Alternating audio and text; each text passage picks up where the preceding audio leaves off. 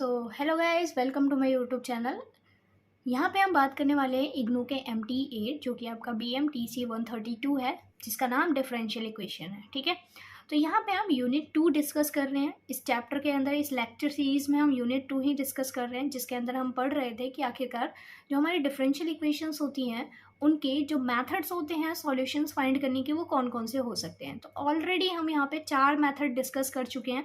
Variable separation method, homogeneous method, reducible, ठीक है, जो हमारे पास होमोजीनियस नहीं होते, जो नॉन होमोजीनियस इक्वेशंस होती हैं उनको किस तरीके से हम कर सकते हैं। ठीक है, उसके बाद दूसरा हमारे पास जो लास्ट मेथड हमने लास्ट वीडियो में डिस्कस किया था वो था हमारा एग्जैक्ट इक्वेशन। ठीक है, तो उसी वीडियो लेक्चर को आगे बढ़ाते हुए आज हम यहाँ पे बात करने वाले हैं, जैसे कि आपको दिख ही रहा होगा स्क्रीन के ऊपर, इंटीग्रेटिंग फैक्टर के ऊपर। ठीक है, तो इंटीग्रेटिंग फैक्टर आखिरकार क्या होते हैं, किस तरीके से ये निकाले जाते हैं, ये आज हम पूरा इस वीडियो के अंदर सीखने वाले हैं। ठीक है, तो एंड तक जरूर देखना इस वीडियो को, क्योंकि चैनल को सब्सक्राइब कर लेना। ठीक है, ताकि आगे आने वाली जितनी भी वीडियोस है, चाहे वो इंपॉर्टेंट क्वेश्चंस की वीडियो हो या फिर इंपॉर्टेंट टॉपिक बताऊं मैं आपको, सारी वीडियोस जो है वो आपको इजीली देखने को मिल जाए।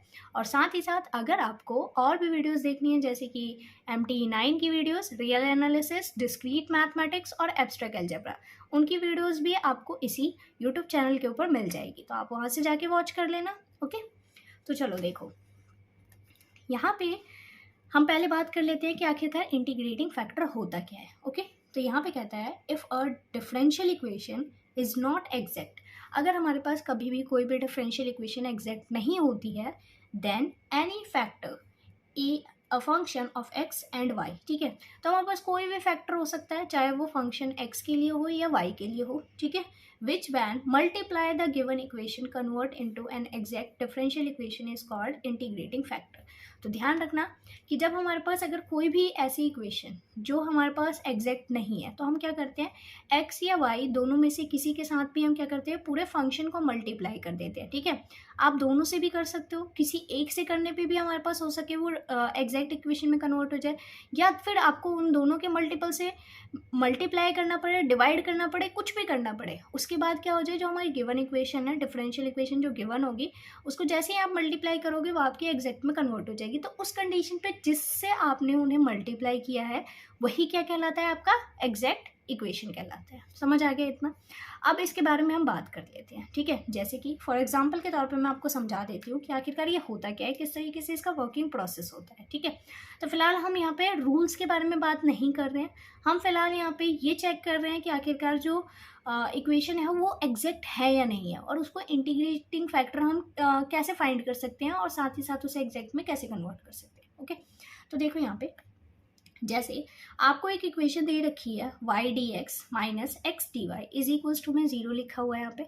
अगर आप इसे चेक करोगे तो आपको पता चलेगा कि ये एक एग्जैक्ट इक्वेशन नहीं है। और वो कैसे चेक करना है, तो उसके लिए आप पिछली वीडियो देख के आ जाना कि कैसे आखिरकार हम किसी भी इक्वेशन को प्रूव कर सकते हैं कि वो एग्जैक्ट इक्वेशन है या नहीं है। ठीक है, तो यहाँ पे मैं डायरेक्टली वैसे दिखा देती हूँ आपको पता चल ही रहा होगा कि जो हमारे पास ये इक्वेशन होती है, इसको हम क्या करते हैं, कंपेयर करते हैं सबसे पहले। ठीक है, हमारा काम क्या होता है, कंपेयर करना, है ना।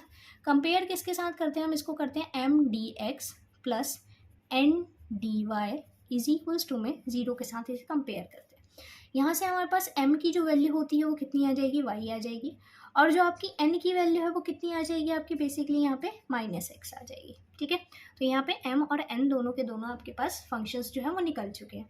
अब आपको क्या करना है, सिंपली हमें क्या करना होता है, पार्शियल डेरिवेट करना होता है m का विद रिस्पेक्ट टू x। ठीक है, और इसी तरीके से पार्शियल डेरिवेटिव n का किसके रिस्पेक्ट में, y के रिस्पेक्ट में हमें फाइंड करना होता है। ठीक है, उल्टा लिख दिया मैंने, ये यहाँ पे आपका y के रिस्पेक्ट में निकाला जाता है और ये आपका x के रिस्पेक्ट में निकाला जाता है। ठीक है, तो यहाँ पे क्या हो जाएगा, जब आप इसे y के रिस्पेक्ट में निकालोगे तो ये वैल्यू कितनी हो जाएगी आपके पास, ये आ जाएगी 1। ठीक है, और इसको जब आप निकालोगे तो इसकी वैल्यू कितनी हो जाएगी, इसकी वैल्यू हो जाएगी आपकी -1। तो आपको दिख रहा है ये दोनों ही नॉट इक्वल्स टू में आ रहे हैं। जब ये दोनों ही नॉट इक्वल्स टू में आते हैं तो इसका मतलब क्या हो जाता है, ये हमारा क्या है, एग्जैक्ट इक्वेशन नहीं है। इनका ये वाली वैल्यू जो है वो आपस में इक्वल आनी चाहिए। अब आखिरकार हम ऐसा क्या करें जिसकी वजह से ये एग्जैक्ट में कन्वर्ट हो जाए। ठीक है, तो आपको ये सोचना नहीं होता कि आपको क्या करना है। जब भी ऐसी इक्वेशंस दी जाती है तो मैं आपको बताऊंगी इसके कुछ रूल्स होते हैं करने के, ठीक है। फिलहाल हमारे पास जो क्वेश्चन आएगा वो ऐसे आ सकता है। अगर मान के चलो मैं इसको क्या कर देती हूँ, 1 में एक्स वाई के साथ मल्टीप्लाई कर देती हूँ, ठीक है। तो मैंने यहाँ क्या लिख दिया, मल्टीप्लाइंग लिख लेते हैं यहाँ पे, ठीक है। 1/x, 1 में एक्स वाई, ठीक है। इनको हम क्या कर लेते हैं, मल्टीप्लाई कर लेते हैं इन बोथ साइड, ठीक है। तो जैसे ही आप इस इक्वेशन को 1 में एक्स वाई के साथ मल्टीप्लाई करते हो तो ये क्या हो जाएगा, ये y में एक्स वाई हो जाएगा आपका। यहाँ पे आ जाएगा आपका dx, माइनस में ये जो वैल्यू है वो कितनी आ जाएगी आपकी, ये हो जाएगी x में एक्स वाई, ठीक है। इसकी वैल्यू हो जाएगी dy इज इक्वल्स टू में आपका 0 ही आएगा।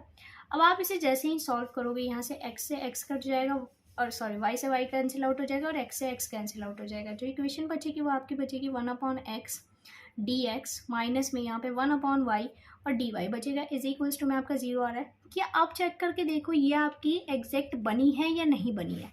तो हम इसको अगेन, आपको पता है यहाँ पे m की वैल्यू जो है वो 1/x आ रही है, और y की n की वैल्यू जो है वो कितनी आ रही है, -1 में y आ रही है, ठीक है। इतना क्लियर हो गया आपका। अब आप इसे जैसे ही डेरिवेट करोगे तो ये क्या हो जाएगा, डेल m में del Y is equals to में, आप इसे y के रिस्पेक्ट में अगर डेरिवेट करते हो, पार्शियल डेरिवेट, आपको दिख रहा है यहाँ पे कुछ भी नहीं है तो ये 0 हो जाएगा। इसी तरीके से जब आप डेल n में डेल y निकालोगे तो ये वैल्यू भी कितनी आएगी, सॉरी x निकालोगे तो ये वैल्यू भी कितनी आ जाएगी आपकी 0। तो अब आपको दिख रहा है ये दोनों के दोनों इक्वल आ रहे हैं, है ना। तो इसका मतलब क्या है कि जब हमारे पास क्या होता है, डेल m में del y is equals to में किसके हो गया, डेल n में डेल x के हो गया। सो यहाँ पे लिख सकते हैं इट्स एग्जैक्ट इक्वेशन, है ना। एग्जैक्ट इक्वेशन हो जाती है। जब हमारे पास एग्जैक्ट इक्वेशन हो जाती है तो उसके सॉल्यूशंस निकालने के लिए हमें क्या करना होता है, सिंपली अब जो ये आपके पास नया फंक्शन आया है इसको क्या करना होता है, एक्स और वाई के रिस्पेक्ट में इंटीग्रेट कर देना होता है सिंपली, और कुछ भी नहीं होता है इसके अंदर, ठीक है। और आप इजीली यहाँ पे इसके सॉल्यूशंस को फाइंड आउट कर सकते हो, ठीक है। तो आपको यहाँ पे दिख रहा है dx अपॉन में x हो जाएगा और ये dy अपॉन में y हो जाएगा। आप इन दोनों को क्या कर लोगे, इंटीग्रेट कर लोगे। मैं करके दिखा देती हूँ आपको। तो अब हमें क्या फाइंड करना होता है, हमें फाइंड करना होता है m dx, ठीक है। तो m dx हमारा कितना हो जाएगा, m की वैल्यू हमारी कितनी थी, 1/x थी, इंटीग्रेशन में dx हो जाएगा और इसकी वैल्यू बेसिकली आपकी log x आ जाएगी, ठीक है। और ऐसे ही हमें क्या निकालना होता है, n जिसके अंदर से x वाली टर्म को हटा के, ठीक है, ये ऐसे लिखते हैं ना, n जिसमें से x वाली टर्म को हटा के और फिर इसको y के रिस्पेक्ट में डेरिवेट करना होता है। तो n आपका क्या था, n आपका -1/y था, ठीक है बेसिकली। तो यहाँ पे हम माइनस लगा लेते हैं पहले ही, और यहाँ पे क्या हो जाएगा 1/y, और यहाँ पे क्या आ जाएगा आपका dy हो जाएगा, क्योंकि दिख रहा है आपको x वाली टर्म तो है ही नहीं। अगर x वाली टर्म होती तो उसको हम छोड़ के बाकी y वाली टर्म्स ही लेनी होती है हमें, ठीक है, n के लिए। तो यहाँ पे आपको दिख रहा है सिर्फ और सिर्फ y वाली टर्म्स है, तो इसको आप करोगे तो ये क्या हो जाएगा आपका log में y हो जाएगा, ठीक है। माइनस हम बाद में लगा लेंगे, ठीक है। ये क्या हो जाएगा आपका log ऑफ y हो जाएगा।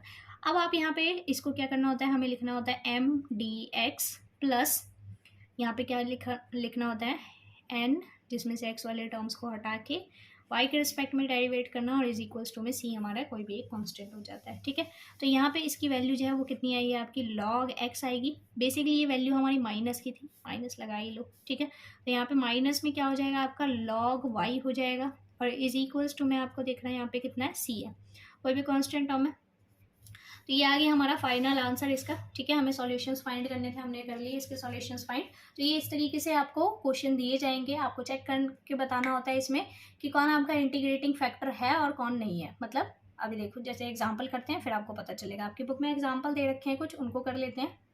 ये रहा क्वेश्चन आपकी स्क्रीन के ऊपर, आपको दिख रहा होगा, ये दे रखा है 6xy dx प्लस में 4y + 9x² dy is equals to में 0 दे रखा है, 4 fxy इज इक्वल्स टू में y²। तो इसमें क्या कहता है हमसे कि ये आपको इक्वेशन दे रखी है और fxy की जो वैल्यू है वो y² दे रहा है। इसका मतलब ये है कि आपको चेक करके बताना है क्या ये इसका इंटीग्रेटिंग फैक्टर हो सकता है या नहीं हो सकता है। तो उसके लिए हमें क्या करना होगा, सबसे पहले इसको चेक करना होगा क्या ये एक एग्जैक्ट इक्वेशन है या नहीं है, ठीक है। फर्स्टली हमें चेक करना पड़ेगा।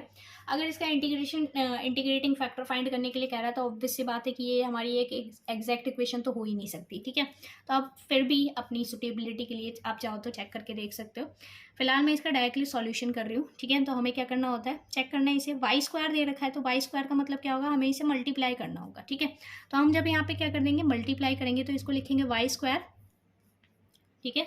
इसको क्या लिखेंगे आप, इसको लिखा जाएगा वाई स्क्वायर 6xy, ठीक है, और dx के साथ ही मल्टीप्लाई हो गया, plus y square 4y plus 9x square और dy इज इक्वल्स टू में आपका आ गया 0, ठीक है। इसको आप जैसे ही अंदर मल्टीप्लाई कर लोगे तो ये क्या हो जाएगा 6xy क्यूब dx प्लस ये अंदर मल्टीप्लाई होके 4y square plus 9x square y आ रहा है, और यहाँ पे आ गया आपका dy इज इक्वल्स टू में 0।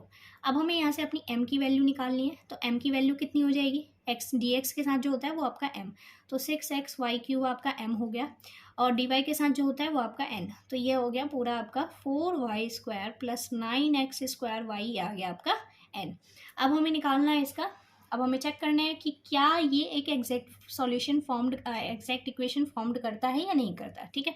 तो उसके लिए हम चेक करेंगे del m upon del y, ठीक है, और साथ ही del n upon del x, ठीक है। तो इसको y के रिस्पेक्ट में करो तो क्या आ जाएगा आपका, यहाँ पे बेसिकली 18xy स्क्वायर हो जाएगा ये, ठीक है। इसको आप चेक करोगे तो यहाँ पे क्या हो जाएगा, यहाँ पे आपको दिख रहा है x वाला, तो ये तो 0 हो जाएगा। इसको आप करोगे तो ये भी क्या हो जाएगा 18xy, ये मल्टीप्लाई भी तो हुआ था y स्क्वायर, ठीक है, तो ये y स्क्वायर हो जाएगा, ठीक है। आपको दिख रहा होगा दोनों के दोनों ही आपस में इक्वल आ रहे हैं, तो ये क्या होगा, इसके लिए इंटीग्रेटिंग फैक्टर होगा, तो ठीक है, ये हो गया हमारा वेरीफाइड, समझ आ गया। सो IF यानी integrating factor is equals to में क्या आएगा, इसका y स्क्वायर आएगा, समझ आ गया इतना। ऐसे ही और भी क्वेश्चंस आपकी बुक में दे रखे हैं, आप उन्हें सॉल्व करना, ट्राई करना, ठीक है। जहाँ पे भी आपको डाउट्स आते हैं कमेंट करना, मैं ज़रूर बताऊँगी आपके जितने भी डाउट्स होते हैं उनको, ओके। अब नेक्स्ट हम अपने रूल की तरफ बढ़ते हैं, रूल नंबर 1 कि आखिरकार हमारा क्या होता है, इंटीग्रेटिंग फैक्टर हम किस तरीके से निकाल सकते हैं, ओके। तो अब आप यहाँ पे देख सकते हो, जैसे कि हम रूल 1 की बात कर रहे हैं, रूल 1 जो है हमारा वो क्या है, होमोजीनियस मेथड है, ठीक है। तो सबसे पहले हम इसके बारे में पढ़ेंगे कि आखिरकार होमोजीनियस मेथड क्या होता है। इसमें कहता है कि if m dx plus n dy is equals to में 0 हो, is a homogeneous and mx plus ny is not equals to में 0। इसमें इसने बोला है कि जैसे आपके पास मान के चलो इस टाइप की कोई भी इक्वेशन दी हुई हो, ठीक है, और आप क्या करते हो, m को x के साथ मल्टीप्लाई करके प्लस करते हो n को y के साथ मल्टीप्लाई करके, और वो नॉट इक्वल्स टू में 0 आ जाता है, ठीक है। देन उस कंडीशन पे हमारे पास इसका जो आइडेंटिटी फैक्टर होता है वो निकालने का तरीका क्या होता है, उसको लिखा जाता है 1 अपॉन में mx प्लस ny, ठीक है। ध्यान रखना है इस चीज़ को कि आइडेंटिटी फैक्टर जब हमारे पास होमोजीनियस इक्वेशन होगी तो उसका आइडेंटिटी फैक्टर क्या हो जाता है, 1 अपॉन में mx प्लस ny हो जाता है, ठीक है। आइडेंटिटी फैक्टर हो जाता है इस इक्वेशन के लिए, ठीक है। तो अब हम इसको कैसे सॉल्व करेंगे, यहाँ पे जैसे आपको एक क्वेश्चन दिख रहा है, ठीक है, इसकी हेल्प से मैं आपको बताऊंगी कि आखिरकार होमोजीनियस जो हमारे पास मेथड होता है उसको किस तरीके से अप्लाई किया जाता है, ठीक है। उसके हम इंटीग्रेटिंग फैक्टर किस तरीके से फाइंड आउट करते हैं। तो यहाँ पे जैसे आपको इक्वेशन दिख रही है, ये कहता है x square y minus 2xy square d x minus x cube minus 3x square y और डी वाई दे रखा है इज इक्वल्स टू में 0। तो इसको आपको सॉल्व करना है, तो ये आप कैसे करोगे। सो सबसे पहले हम इसे चेक करते हैं कि क्या ये होमोजीनियस है या नहीं है। तो आपको दिख रहा है यहाँ पे क्या है 2 और 1, यहाँ पे x की पावर 2, मतलब टोटल यहाँ पे भी डिग्री कितनी है आपकी 3 हो रही है, यहाँ पे भी x की पावर 1 और y की पावर 2 दोनों को मिला के 3 हो रहा है, यहाँ पे भी 3 और यहाँ पे भी 3 हो रहा है, ठीक है। तो हमें दिख गया कि ये क्या है, एक होमोजीनियस इक्वेशन है, ठीक है। अब हम इसको क्या करेंगे, सॉल्व करेंगे। आपको पता है सिंपली आप इसको निकाल के देखोगे तो ये एग्जैक्ट इक्वेशन नहीं आएगी, तो जब एग्जैक्ट इक्वेशन नहीं आती है तो हम क्या करते हैं, इसको सॉल्व कर लेते हैं, इसके इंटीग्रेटिंग फैक्टर निकाल लेते हैं, ठीक है।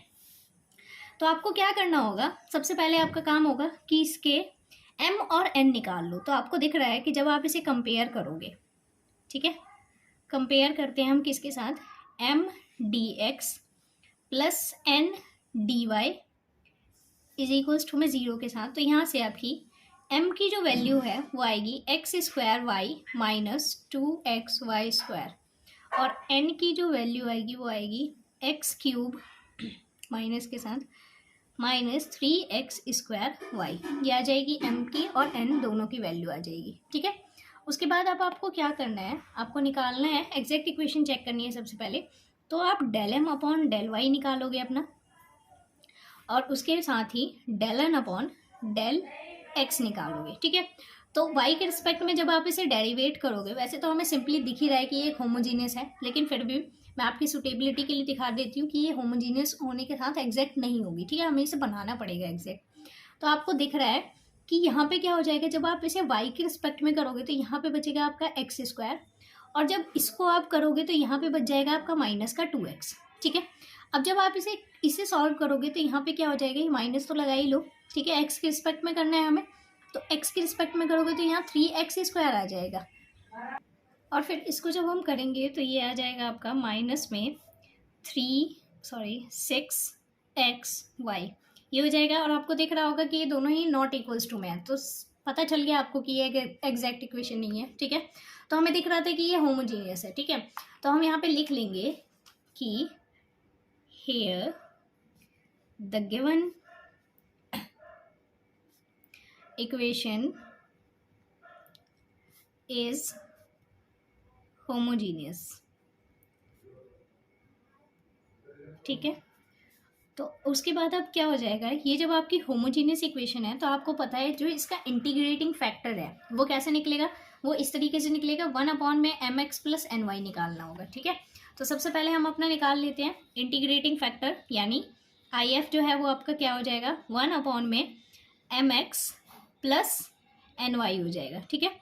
तो यहाँ पे 1/mx, m कितना है आपका, तो m दे रखा है ये, इसको आपको x से मल्टीप्लाई करना है। तो यहाँ पे क्या हो जाएगा, जैसे आप इसे x से मल्टीप्लाई करोगे इस वाली टर्म को, तो यहाँ पे ये हो जाएगा x³ y माइनस ये हो जाएगा 2x², और कितना हो जाएगा, ये y हो जाएगा, ठीक है। इसको यहाँ बीच पे लिख लेते हैं, ये हो गया आपका mx + ny निकालना है, तो इसको y से मल्टीप्लाई करना है आपको, ठीक है। तो यहाँ पे मैं माइनस लगा देती हूँ क्योंकि ऑलरेडी माइनस में है, तो यहाँ पे क्या आ जाएगा आपका, ये आ जाएगा माइनस में, इसको सॉल्व करोगे तो ये आ जाएगा आपका x³ y minus 3x² y², ये हो जाएगा इस तरीके से। जब आप इसे सॉल्व करोगे तो ये क्या आएगा आपका, तो आप इसे सॉल्व करोगे, यहाँ पे हो जाएगा 1/ में ये निकल के आएगा x³ y minus 2x² y minus में x³ y, और प्लस में यहाँ पे कितना आ जाएगा, 3x² y हो जाएगा, ठीक है। अब इसके बाद क्या हो जाएगा, 1/ में ये आपको दिख रहा है सेम सेम है, कैंसिल आउट हो जाएगा, यहाँ पे 3 है और यहाँ पे 2 है और यहाँ पे 3 है, तो बेसिकली 1 बचेगा, x² y बच जाएगा आपका, ठीक है, x² y² आ जाएगा ये, ठीक है, क्योंकि यहाँ पे आपको दिख रहा है कि ये y² है, ठीक है। तो यहाँ पे भी ये क्या हो जाएगा, y² हो जाएगा, जिसकी वजह से ये 1/ में क्या बचेगा आपका, x² और y², ये आ गया आपका इंटीग्रेटिंग फैक्टर। अब आपको इसे बोथ साइड मल्टीप्लाई करना है और फिर उसके बाद आपका काम हो गया ख़त्म, ठीक है। तो ये रही हमारे पास जो गिवन इक्वेशन थी, इसको हमें क्या करना है, मल्टीप्लाई करना है इंटीग्रेटिंग फैक्टर से। तो जैसे ही आप इसे मल्टीप्लाई करोगे ये क्या हो जाएगा, x² y में x² y² हो जाएगा माइनस 2x y² में x² y² हो जाएगा, ये आ गया आपका dx के साथ, माइनस यहाँ पे क्या हो जाएगा, x³ में x² y² minus 3x² y में x² y² हो गया, ठीक है। dy इज इक्वल्स टू में आ गया आपका 0।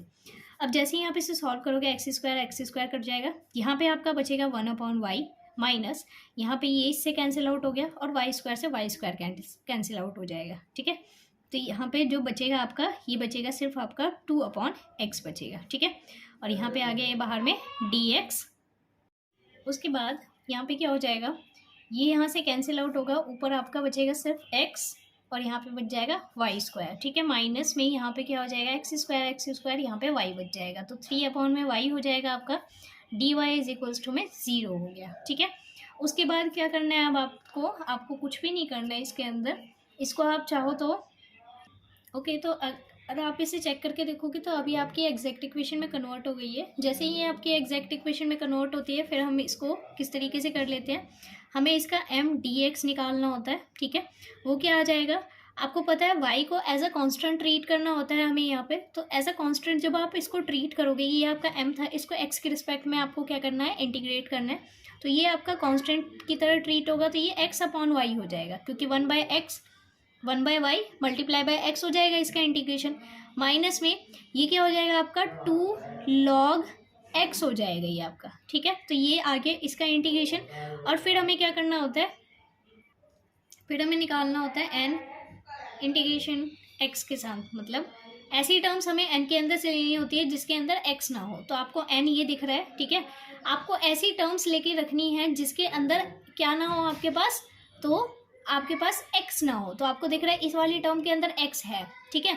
ये वाली सिर्फ एक ऐसी टर्म है जिसके अंदर x नहीं है। तो आपको क्या करना है, जो हमारी टर्म होगी बेसिकली वो कौन सी होगी, वो होगी -3y, ठीक है। ये वाली हमारी टर्म हो जाएगी इस तरीके से। जब आप इसका इंटीग्रेशन करोगे तो ये क्या हो जाएगा, -3 और log ऑफ y हो जाएगा ये आपका, ठीक है। तो ये आ गया इसका। जब आपको इसका रिक्वायर्ड सॉल्यूशन लिखना होगा तो हम कैसे लिखते हैं, वो लिखते हैं mdx प्लस nx, ठीक है, dy इज इक्वल्स टू में c1, ठीक है। इस तरीके से लिखा जाता है, या आप c लिख सकते हो इसे कांस्टेंट बेसिकली। इसकी वैल्यू जो है वो कितनी आई है, x/y माइनस 2 log x। इसकी वैल्यू कितनी आई है हमारे पास, तो इसकी वैल्यू माइनस में आ रही है। अगर आप इस माइनस से अंदर मल्टीप्लाई कर लोगे तो ये वैल्यू हमारी किसके अंदर आ जाएगी, प्लस में आ जाएगी। तो हम इसको लिख सकते हैं कि ये वैल्यू किस में आएगी हमारी, प्लस में 3 log y हो जाएगा, इज इक्वल्स टू में आ गया आपका c, ठीक है। तो ये क्या हो जाएगा, x/y, इसको पहले लिख लेते हैं, प्लस में 3 log y minus 2 log x is equals to में c। ये रहा हमारा इक्वेशन, ठीक है। ये है हमारे पास सॉल्यूशन उस इक्वेशन की। तो ये आपको समझ आ गया होगा। मैं आगे जितने भी मेथड्स हैं उनको मैं नेक्स्ट वीडियो के अंदर कवर अप करने की कोशिश करूँगी, ठीक है। आज के लिए हम इतना ही ख़त्म करते हैं इसे। Thanks for watching. अगर आपको वीडियो अच्छी लगती है, हेल्पफुल लगती है, तो प्लीज़ चैनल को सब्सक्राइब कर देना और वीडियो को लाइक करना मत भूलना। Okay, see you in the next video.